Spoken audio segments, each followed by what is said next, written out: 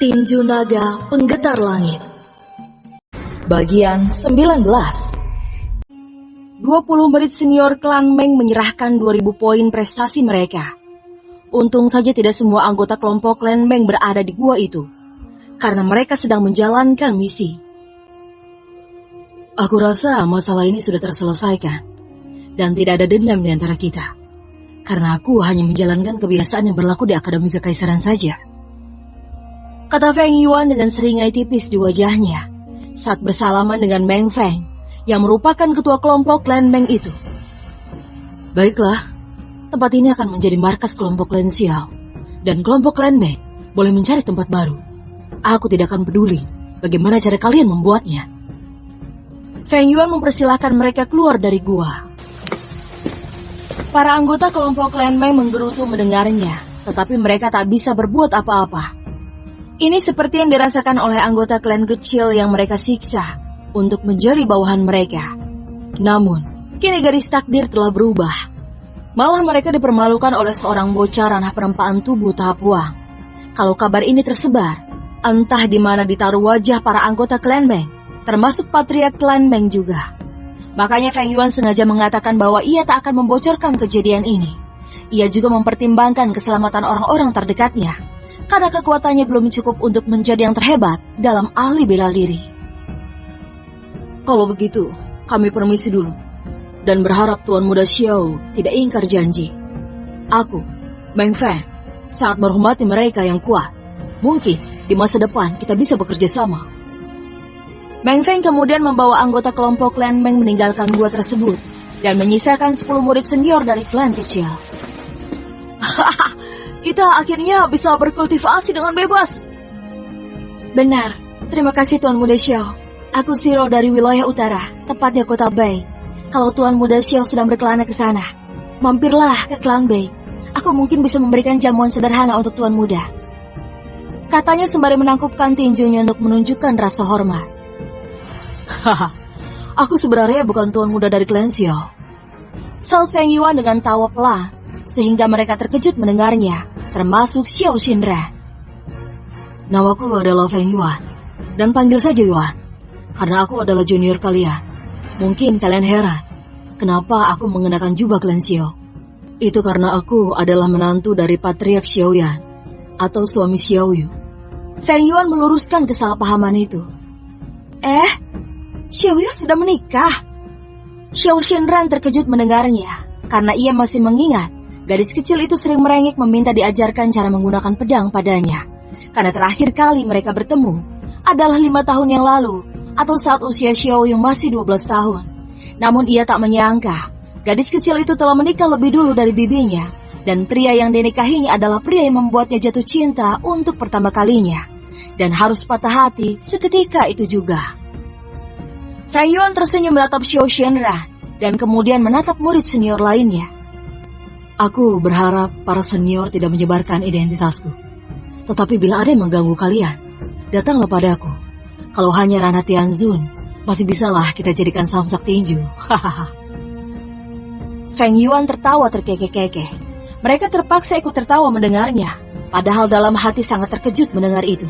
Itu berarti tak ada murid senior yang layak menjadi lawannya. Oh ya, kalian bisa mengajak murid dari klan kecil lainnya bergabung. Namun kalian jangan meminta upeti seperti yang dilakukan oleh kelompok klan besar. Jadikanlah kelompok klan Xiao ini sebagai rumah yang menjunjung tinggi kesetaraan. Dan bila seseorang membutuhkan poin prestasi, maka pergi jalankan misi, karena itu jauh lebih adil daripada bertindak seperti preman pasar, kata Feng Yuan lagi, tetapi ia tak sadar bahwa ia telah menyindir dirinya sendiri. Tentu saja kami dengan senang hati akan melakukan perintah saudara Yuan, saut Song Xian yang disertai anggukan murid senior lainnya. Baiklah, junior ini akan undur diri dulu. Mungkin beberapa hari ini aku akan sering berkunjung, karena aku yakin beberapa kelompok besar akan mendatangi kalian setelah keberadaan kelompok klan Xiao tersebar luas. Di murid dalam dan luar, kami juga telah membantu kelompok klan Xiao yang diketuai oleh Xiaoyu. Feng Yuan kemudian menatap Xiao Xinran. Apakah bibi ikut denganku? Mungkin Xiaoyu akan senang bila berjumpa dengan bibi Xinran, ajaknya. Tentu saja aku ikut. Aku juga sudah tidak sabar ingin berjumpa Yuan, saut Xiao Xinran merangkul tangan Feng Yuan sehingga ia merasakan sensasi empuk. Ayo, kenapa kau diam saja dan wajahmu juga memerah? Apa kau sakit?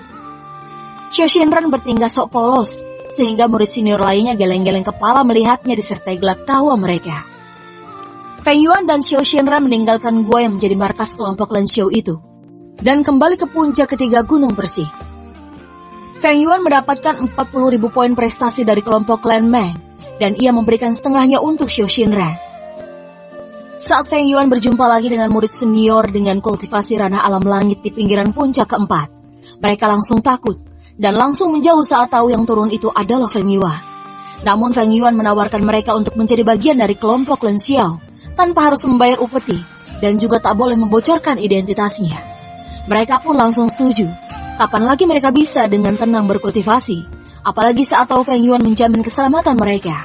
Dan bila ada yang mengusik mereka, tinggal katakan saja padanya, maka semua akan beres. Xiao Shinran mengatakan pada mereka untuk tinggal di gua, markas Lan Xiao, karena gua itu sangat luas, bahkan dapat menampung ratusan murid, dan masih bisa digali lebih dalam lagi bila mereka kekurangan ruangan untuk berkultivasi. Su Bimbing mendapatkan poin prestasi yang sedikit saat pembagian hadiah dari Kepala Akademi Kekaisaran, karena ia cuma memiliki 10 murid dengan ranah penempaan tubuh tahap Xuan, dan ditambah 1 murid titipan ranah penempaan tubuh tahap Huang. Siapa lagi kalau bukan Feng Yuan? Namun ia merasa aneh. Kepala Akademi Kekaisaran memintanya mengawasi Feng Yuan dengan ketat, agar tidak menimbulkan kekacauan di Akademi Kekaisaran. Dan ia juga meminta Su Bimbing untuk sering-sering menyuruh Feng Yuan pergi mengambil misi. Padahal yang ia ketahui, murid luar itu tidak pernah pergi menjalankan misi, sedangkan murid dalam akan ditemani oleh salah satu diaken saat menjalankan misi agar keselamatan mereka terjamin. Kepala Akademi Kekaisaran senyum-senyum sendiri melihat Su Bimbing kebingungan, karena ia telah mengetahui apa yang dilakukan oleh Feng Yuan di puncak keempat gunung Persik. Begitu juga dengan para sesepuh. Namun mereka tidak ikut campur, karena itu sudah hukum alam. Yang kuat menindas yang lemah. Tetapi mereka juga khawatir para murid senior menjadi patah semangat berkultivasi, karena mereka malah ditindas oleh murid luar yang ranah kultivasinya jauh di bawah mereka. Kalau begini, untuk apa mereka berkultivasi? Makanya, Kepala Akademi Kekaisaran meminta Su Bimbing mengawasinya dengan ketat. Xiao Yu, Jingji, dan Wu Jingmi baru keluar dari asrama dan hendak menuju restoran puncak ketiga. Tetapi mereka tiba-tiba melihat Feng Yuan datang bersama gadis cantik yang sangat familiar. Awalnya Xiao Yu hendak marah karena suaminya malah dirangkul wanita lain.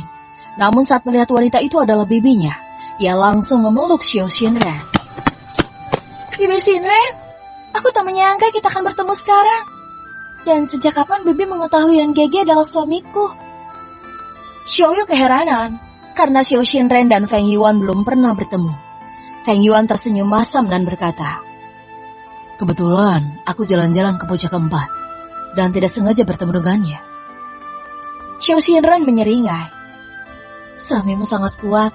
Kalau tahu dia sekuat ini, mendingan dia nikah sama Bibi saja. Goda Xiao Shinran. Bibi, seru Xiao Yu cemberut. Takut bibinya itu merebut Feng Yuan, karena ia memiliki 2 senjata yang lebih mematikan daripada dirinya. Mengingat usia bibinya itu sudah matang, sedangkan ia masih tahap pertumbuhan. Baiklah, Bibi dan Yor silakan pergi bersama saja. Aku ingin mengunjungi perpustakaan, melihat-lihat apakah ada jurus bela diri yang cocok dengan roh bela diriku. Kata Xi Huan menyela pembicaraan mereka. Xiao Shinran memicingkan matanya dan berkata, bagaimana dengan traktiran untuk kami? Masa suami membiarkan istrinya mentraktir teman-temannya, sementara suaminya memiliki poin prestasi yang banyak? Xiao Shinran sengaja mengatakannya agar Feng Yuan memberikan beberapa poin prestasi untuk Xiao Yu, karena sebelumnya ia mengatakan tak akan membantu Xiao Yu agar istrinya itu tidak bergantung padanya dan menjadi ahli bela diri hebat dengan tangannya sendiri. Sepertinya dugaanku benar. Don Gege telah berbuat onar di puncak keempat. Gerutu Xiao Yu tak suka Feng Yuan menindas murid lain. Tidak kok Yuar, dia hanya membantu kelompok Lan Xiao untuk Bibi dan memberikan sedikit pelajaran pada beberapa anggota klan besar yang menindas Bibi dulu. Setelah Xiao Shinran membela Feng Yuan, Xiao Yu menghela nafas panjang. Ia lega Feng Yuan tidak menindas para murid senior. Dia masih mengingat dengan jelas kejadian beberapa hari yang lalu, saat Feng Yuan membunuh pengawal pribadi Tuan Muda Gu Heng hanya dengan sekali tinju saja. Dekatkan plakatmu. Anggap saja bonus dari murid senior untuk kita. Di masa depan, aku tak akan mengulanginya. Saat Feng Yuan mengeluarkan plakat murid Akademi Kekaisaran miliknya dari kantung penyimpanannya. Xiao Yu memberikan plakatnya atas desakan bibinya, padahal ia enggan menerimanya. Kemudian ia terkejut saat melihat angka 10.000 poin prestasi muncul di plakatnya. Ini? Xiao Yu tercengang. Itu masih sedikit. Mereka itu murid senior yang sudah malang melintang menjalankan berbagai misi. Saat Feng Yuan, ia tahu bahwa Xiao Yu akan protes. Aku akan pergi dulu. Makanlah yang banyak agar tubuhmu lebih berisi. Katanya lagi langsung kabur agar tak mendapatkan kata-kata mutiara. Feng Yuan heran. Akhir-akhir ini Xiao Yu lebih memperhatikannya. Padahal awal-awal mereka menikah, ia melihatnya acuh tak acuh saja. Apakah dia sudah jatuh cinta padaku ya? Kan aku suaminya. Apa sih yang aku pikirkan? Gumam Feng Yuan berjalan menuju perpustakaan. Feng Yuan menangkupkan tinjunya untuk menunjukkan rasa hormat pada Diaken yang berjaga di pintu masuk perpustakaan. Salam Diaken. Murid Feng Yuan ingin memasuki lantai 2 perpustakaan. Sapanya dengan seutas senyum tipis. Murid luar ingin memasuki lantai 2. Butuh 2.000 poin prestasi untuk mengaksesnya. Dan lantai 1 butuh 1.000 poin prestasi. Serta hanya bisa mendapatkan satu salinan gulungan ilmu bela diri saja. Sahut Diaken itu dengan seutas senyum juga. Dia sudah terbiasa melihat tingkah murid baru yang ingin mengakses lantai 2 yang merupakan tempat gulungan ilmu bela diri kelas mistik. Perpustakaan Akademi Kekaisaran ada 4 lantai. Untuk lantai 1 berisi gulungan ilmu bela diri kelas kuning. Lantai 2 kelas mistik. Lantai 3 kelas bumi. Dan lantai 4 kelas surga. Namun, untuk mengakses lantai teratas butuh poin prestasi yang banyak. Lantai 3 butuh 100.000 poin prestasi. Dan lantai 4 butuh 1 juta poin prestasi. Yang berarti, murid yang ingin ke sana harus melakukan kontribusi yang besar untuk Akademi Kekaisaran terlebih dulu. Xiao Yu termasuk murid yang beruntung, karena klan Xiao memiliki gulungan kelas bumi yang merupakan jurus rahasia klan Xiao yang diwariskan oleh leluhur Xiao. Bayangkan saja, bila ia ingin mendapatkan gulungan kelas bumi dari Akademi Kekaisaran, mungkin ia butuh waktu lama, karena harus mengumpulkan 100.000 poin prestasi dulu. Belum lagi ia juga harus membeli pil untuk berkultivasi dan keperluan lainnya. Feng Yuan mengeluarkan plakatnya dan mentransfer 2.000 poin prestasi pada Diaken yang berjaga. Sehingga Diaken itu terkejut. Apakah anak yang kultivasinya paling rendah di Akademi Kekaisaran ini telah memalak murid lainnya? Dia ingin bertanya, tetapi itu melanggar privasi murid. Sehingga ia memutuskan tidak bertanya dan membiarkan Feng Yuan memasuki perpustakaan lantai 2. Feng Yuan menangkupkan tinjunya. Murid Akademi memasuki lantai 2. Seru Feng Yuan sembari melangkah menaiki tangga menuju lantai 2.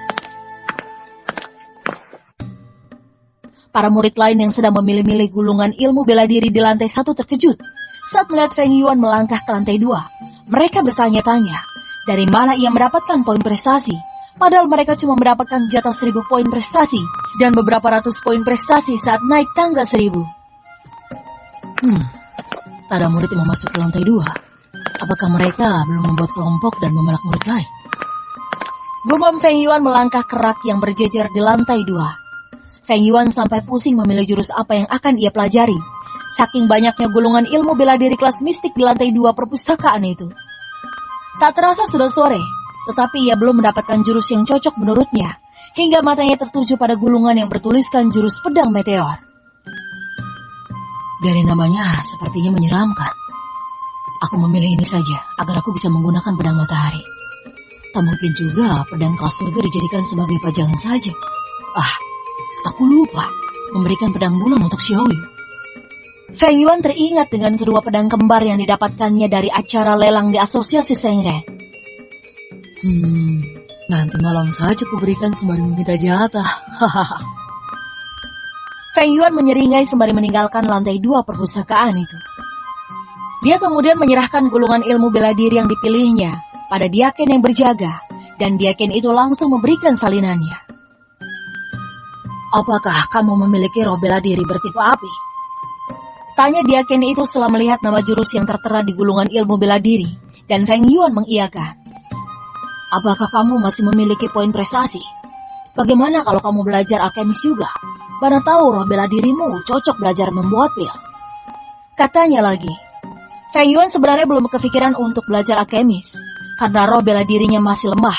Bahkan ia hanya bisa membuat api sebesar kelereng saja saat terakhir kali ia mencoba menunjukkan kekuatannya. Baiklah, aku akan membelinya. Lagi pula sudah di sini. Mungkin aku belajar teorinya dulu sebelum roh bela diriku sepenuhnya bangkit. Saat Feng Yuan mengeluarkan 1000 poin prestasi lagi, dia Ken itu langsung mengambil sendiri gulungan bela diri yang bertuliskan dasar-dasar metode membuat pil dari rak dan membuat salinannya untuk Feng Yuan. Bersambung.